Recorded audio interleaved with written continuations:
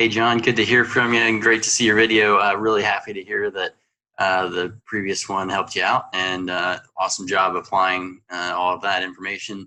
Looks like some great stuff here. I really like this lab, looking really good. In general, yeah, I think you're right on spot on with your comments about your lab. I'll talk about a couple little things. I would say in general, um, we want to be careful not to overdrive the car a little bit. I think there are certainly areas, where you're under the limit a little bit, but in general, we want to see you driving at the limit and pushing the car hard, and all that is really great. But you have to be careful not to slide the car too much, because once you get too much yaw angle and slide, it becomes counterproductive a little bit. And I know, like turn 7, you mentioned you lose the back of the car, and so obviously that's not intentional, but in some cases, I think, maybe what you're trying to do, it's hard to know what you're thinking, but there are areas where it looks like you're pushing too hard just because you're, being intense and, trying to get the most out of it, but a little bit more control over the aggression would probably be more productive. But I'll highlight those once we go through. Start out flat. Looks to me like you're actually not hard enough on the initial brake here. We can kind of see that in the G meter and also in the Apex Pro here, that you got a lot of red lights on initially when you go to the brake. So maybe a little bit soft on the initial. Not bad. You get there pretty quick.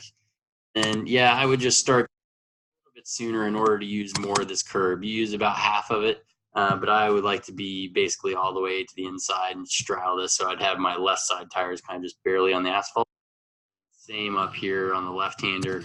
You get quite a bit of the curve, maybe a foot or so could be used, but really good. Definitely a lot more speed than we saw in the first video. And you were spot on here. Really good job at 2. Other than we can see a little bit under the limit as we first start turning in. So not quite blending the brake and the steering input, just perfectly. Maybe a foot or so off the apex curve, but not bad, and pretty quick back to power. So, there might have been a half a tenth or turn in, but not a whole lot. Let's see. I think 5 looked pretty good. We didn't quite get all the way left for the turn in, if I remember right. Maybe a foot or 2 over to the side, just there. A little bit hard to tell from the camera perspective, but more room there. And also we see a lot of red lights on the Apex Pro at the start of the 5 here. So I think you're turning in a little bit shallow, and because of that you had to straighten up a little bit because you're a little early effectively because of not getting all the way left. So just a little under the limit until we start getting to the middle of the corner, power, and then you're really leaning on it pretty good. Nice and hard on the brakes here. Again, you see a lot of green lights, and then just as you start to turn in, we see a few more red lights come on, and the car is really straight and then transitions quickly to turning in. So I think you're just fractionally too late before kind of blending the brake car. So right there where the nose really points quickly, it should be a little bit more progressive. Maybe start just fractionally earlier with slightly smoother hand input. Make that happen a little bit more quickly, more smooth. So I wanted to kind of pinpoint the wiggle we see after you get turned in here. It's really subtle, but it would just kind of suggest to me that we're not transitioning to that maximum lateral really smoothly, and it ties in with what we're seeing on the Apex, where you're getting that red lights and then the car kind of wiggles as you transition to power. We want that to be pretty nice and smooth. Down here at 7, just like you called it, you lose the back end a little bit. I don't think it really helped you because it was a little too early. If it were more like at the apex, then it probably would have helped you keep it more center track or right after that to get into turn 8. But we can also see that you start to light up, all green, and then start to lose the back is where we see that a couple of red lights. And then you have to straighten up a little too, spits you out over the left. But overall looks really good. The only thing I would say about 7 is just being a little bit more smooth. Again, if we don't have those kind of abrupt steering inputs, if you're a little too quick, that's when you step out the rear, especially on a street tire. I think you're on a street. Again, just smoothing out as much as we can. Down here looks awesome. I don't really think you could be any later on the brakes without compromising the entry. It looks like you're pretty good at turning it in.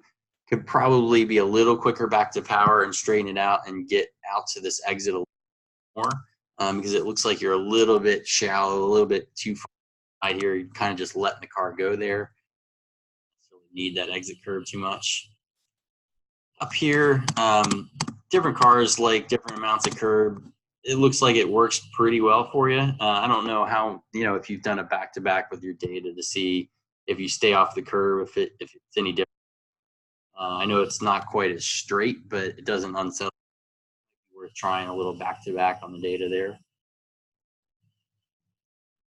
Up here looks pretty good, but it's one spot where I would say maybe a little too aggressive on the entry because we want to keep it tighter to the grass. So right here as the grass starts, we want to basically just hook up right there on, right side tires on that line. And you kind of wash out wide, catching that slide. So we want, again, a little bit smoother transition there, managing the weight transfer a little bit more, so that's not quite as abrupt. You don't get that over. But then up here looks awesome. Lots of speed, getting out wide early. Yeah, maybe could be 6 inches tighter on, but that's really splitting hairs. Up here looks really good. I like the attack on the entry, maybe a little bit wider than I would want to be, but I would say it's pretty good. The other thing is we see the yaw angle change as we go in. There's a few wiggles on the way out. Not ideal, if the car could be kind of more consistent at that 3 to 5 degree slip angle, that would be better. But it's really splitting hairs. And the only way to really achieve that is a little bit less attack so that you're a little bit smoother on that steering input. There's kind of a rhythm or, an echo here, same tendencies, where if we back it off just a hair so that our brake release and initial turn-in input is a little bit smoother, then you can be a little at staying at the limit. And really here down at Sinkhole, I don't think the worst part of it was the attack. Actually, this looks really good to here. I don't have a problem with how wide it got here. I think what really hurt you is you were too aggressive back to power. So right in there where you pick up throttle pretty aggressive, what washes the nose out. If you were a little bit more patient, you're right on the inside. If you're a little more patient, the left side tires could have run up onto that curb more here. But because you're a little too early, too aggressive on the throttle, it starts to wash out a little bit wide. And then that's what made that over slowing on this late apex here. I don't think this much curb is probably helpful. It may be, but I think, if you get more of that curb back on the left, then this is necessary. Again, it's not real smooth on transition. We see the car, yaw, come back to straight, yaw again. You don't want to see that many transitions in one corner. You want it to kind of start yawing, hold that, and then straighten back up nice and. And then the rest looks pretty good. Yeah, so lots of really good stuff.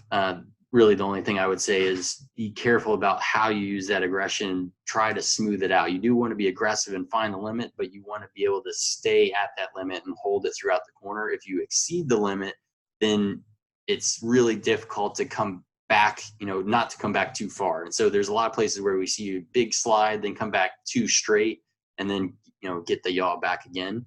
But if you can stay at that 100% rather than going 110 back to 95, back to 105, whatever, that'll help you, I think, stay closer to the limit throughout the corner. So really not any big changes, straightening out 1A a little bit maybe, not too much line stuff, just kind of smoothing it out and really trying to perfect it a little bit next time. But it looks awesome.